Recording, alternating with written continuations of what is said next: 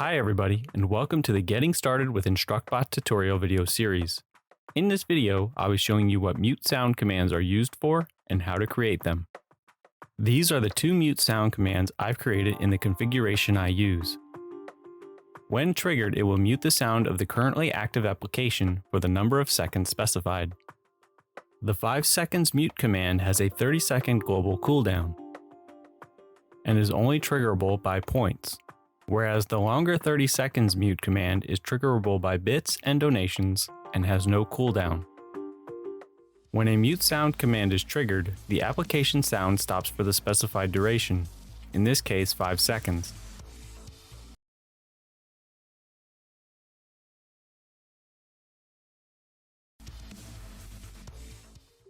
This gives you a brief overview of how mute sound commands can be used. I'm now going to switch over to my tutorial configuration and walk you through how to create the short mute sound command. Press the Add button. You should set the name and description to something appropriate for the command. In this case, I'm going to name it 5 seconds and describe it as mutes the application for 5 seconds. The active application required dropdown controls if the command will be executed when the active application has input focus. You can choose required, unrequired, or default. Required will ensure the command is only executed when the active application has input focus. Unrequired will not check to see if the active application has input focus and instead just execute the command. Default will resolve to required or unrequired depending upon the command type. Input, mute sound, and swap mouse button commands all require an active application, so will default to required. As I want the default behavior, I'll leave this on default. Always on controls if the command is considered active, even if not contained within a profile attached to the active application. As I'm going to be adding the command to my common profile, I'm going to leave this disabled. Public controls if other users of InstructBot can download the command. If you want to share this command, toggle it on.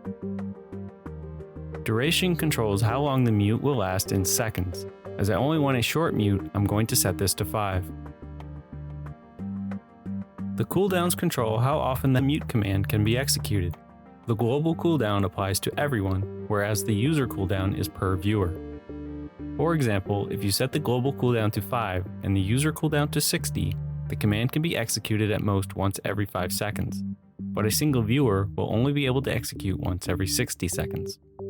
As I don't want the short mute to be triggered more than once every 30 seconds, I'm going to set the global cooldown to 30.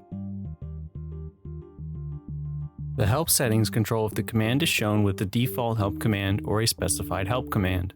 As I want this command to be shown in the default help command I previously created, I will toggle Use Default on. The queue settings control how the command is executed. By default, all mute sound commands are executed on the same queue in the sequence they are triggered. As I want all my mute sound commands to execute in sequence so they don't overlap, I can leave it on the default behavior. The sound effects settings control what, if any, play sound commands are run at the start and end of this command. I don't want any sound effects, so I'm going to leave these on none. I want this mute sound command to be available in all my applications, so I'm going to link it to my common profile. I want the command to be executed when a person uses the exclamation mute trigger, so I'm going to use the mute identifier and create a points trigger. The only thing left to do is enable the mute command so that it can be used, and then press apply to save the changes. This wraps up how to create a mute sound command. If you'd like to learn more, please look at other tutorial videos in this series, visit our website, or join our Discord.